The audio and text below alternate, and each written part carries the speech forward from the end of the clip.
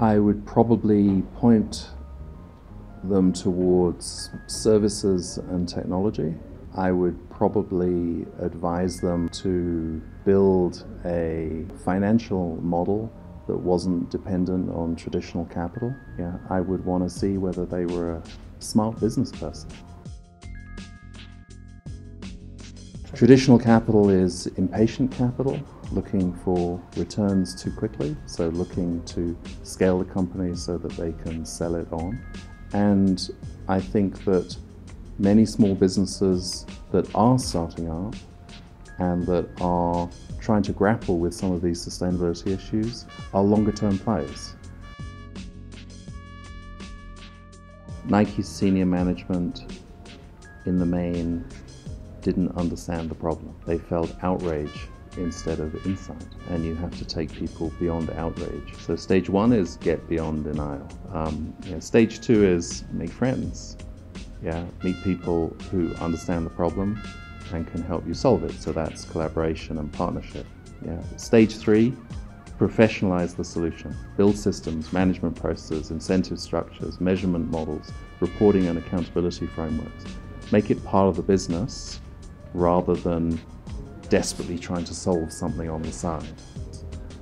Stage four, realize that it's not just a compliance problem, but that there may be the seeds of an opportunity. And stage five is you realize that you can't go that far without changing public policy. So stage five is that it becomes a matter of lobbying.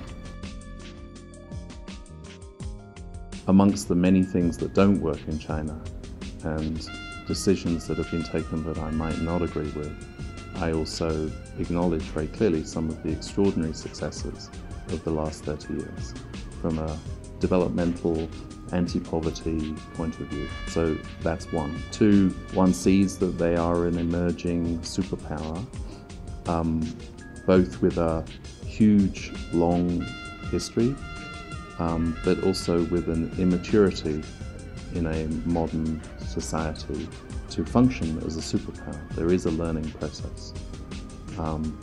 And three, that despite a continual view that China will be a uniquely different type of society to any that we've seen before, positive or negative, actually that what most people want there is pretty much what you and I want.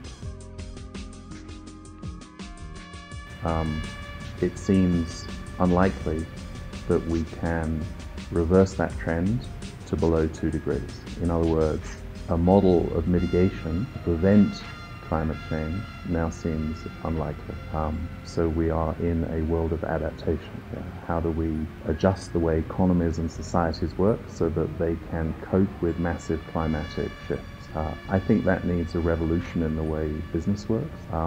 I think that needs dramatic changes in the way capital markets function, because the nature of our investments to create viable societies in such different climatic conditions requires capital markets to do quite different things from what they're doing today. And I think it needs a very different policy infrastructure in most countries.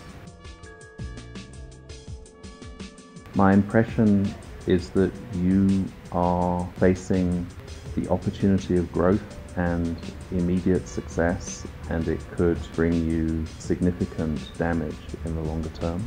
Probably most obviously is the growth of mining and the effect not only that that could have on the environment, but the effect it could have on the rest of the economy. I don't know whether it's possible or even right to keep minerals underground, but I think you have the opportunity and need to manage carefully the speed of exploitation and the way in which mining affects the rest of what you do.